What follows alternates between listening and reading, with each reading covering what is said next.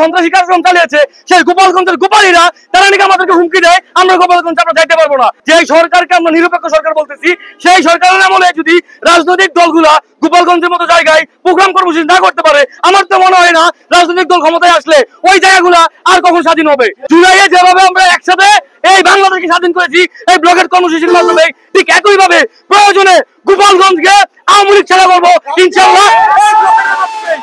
এই কুমিল্লা শহর থেকে আবারও আওয়ামী লীগ এই প্রতিটা আওয়ামী লীগকে বিতাড়িত করার আন্দোলন শুরু হবে ইনশাআল্লাহ।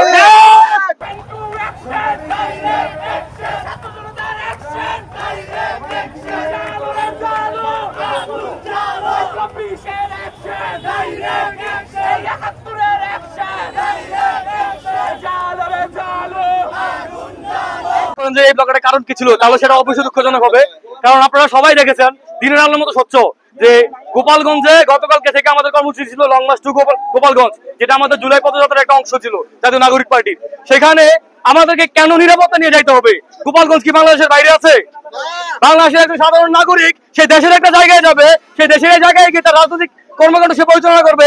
আমরা তো কোনো জঙ্গি সংগঠন না, আমরা তো কোনো সন্ত্রাসী সংগঠন না, অথচ যারা জঙ্গিবাদের প্রতিষ্ঠা দিয়েছে, যারা সন্ত্রাসী কার্যক্রম চালিয়েছে সেই গোপালগঞ্জের গোপালীরা তারা নাকি আমাদেরকে হুমকি দেয় আমরা গোপালগঞ্জ আমরা যাইতে পারবো না, আমরা গোপালগঞ্জ কোনো পথসভা চালাতে পারবো না, আমরা গোপালগঞ্জ আমাদের রাজনৈতিক কার্যক্রম আমরা পরিচালনা করতে পারবো না। এটা তো আপনার হতে পারে না।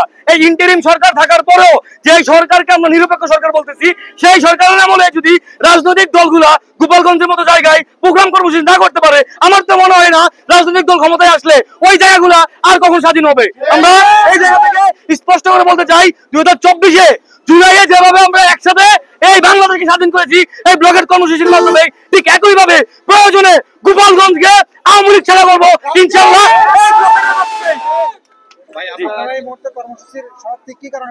আমাদের যে সেন্ট্রাল লিডার আমাদের নাহিদ ইসলাম ওনার থেকে আমাদের সরাসরি দিক নির্দেশনা আছে যে ওনারা এখন নিরাপদে গোপালগঞ্জ থেকে বের হয়েছেন এবং সারা বাংলাদেশে ব্লকেট কর্মসূচি আপাতত স্থগিত করতে বলেছে।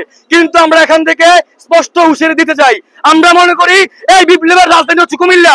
যদি বাংলাদেশ থেকে গোপালগঞ্জ থেকে আওয়ামী লীগদেরকে নিশ্চিহ্ন করা না হয় এই কুমিল্লা শহর থেকে আবারও আওয়ামী লীগ এই প্রতিটা আওয়ামী লীগকে বিতাড়িত করার আন্দোলন শুরু হবে ইনশাআল্লাহ।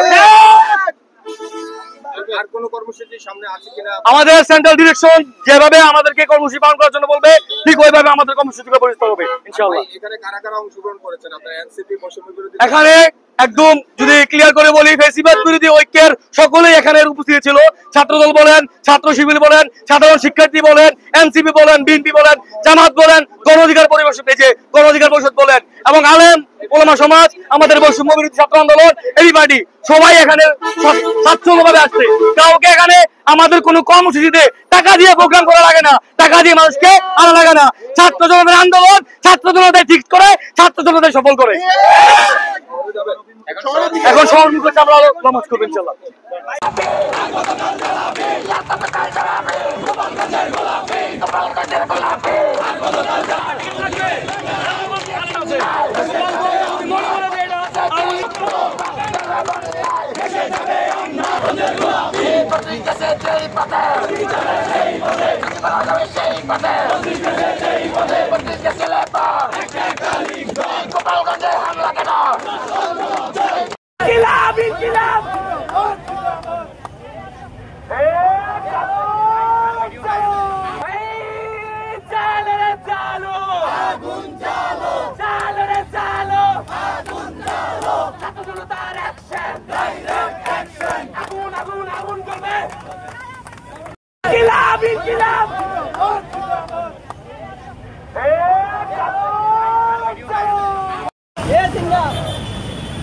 হুজুর একটু সরেন।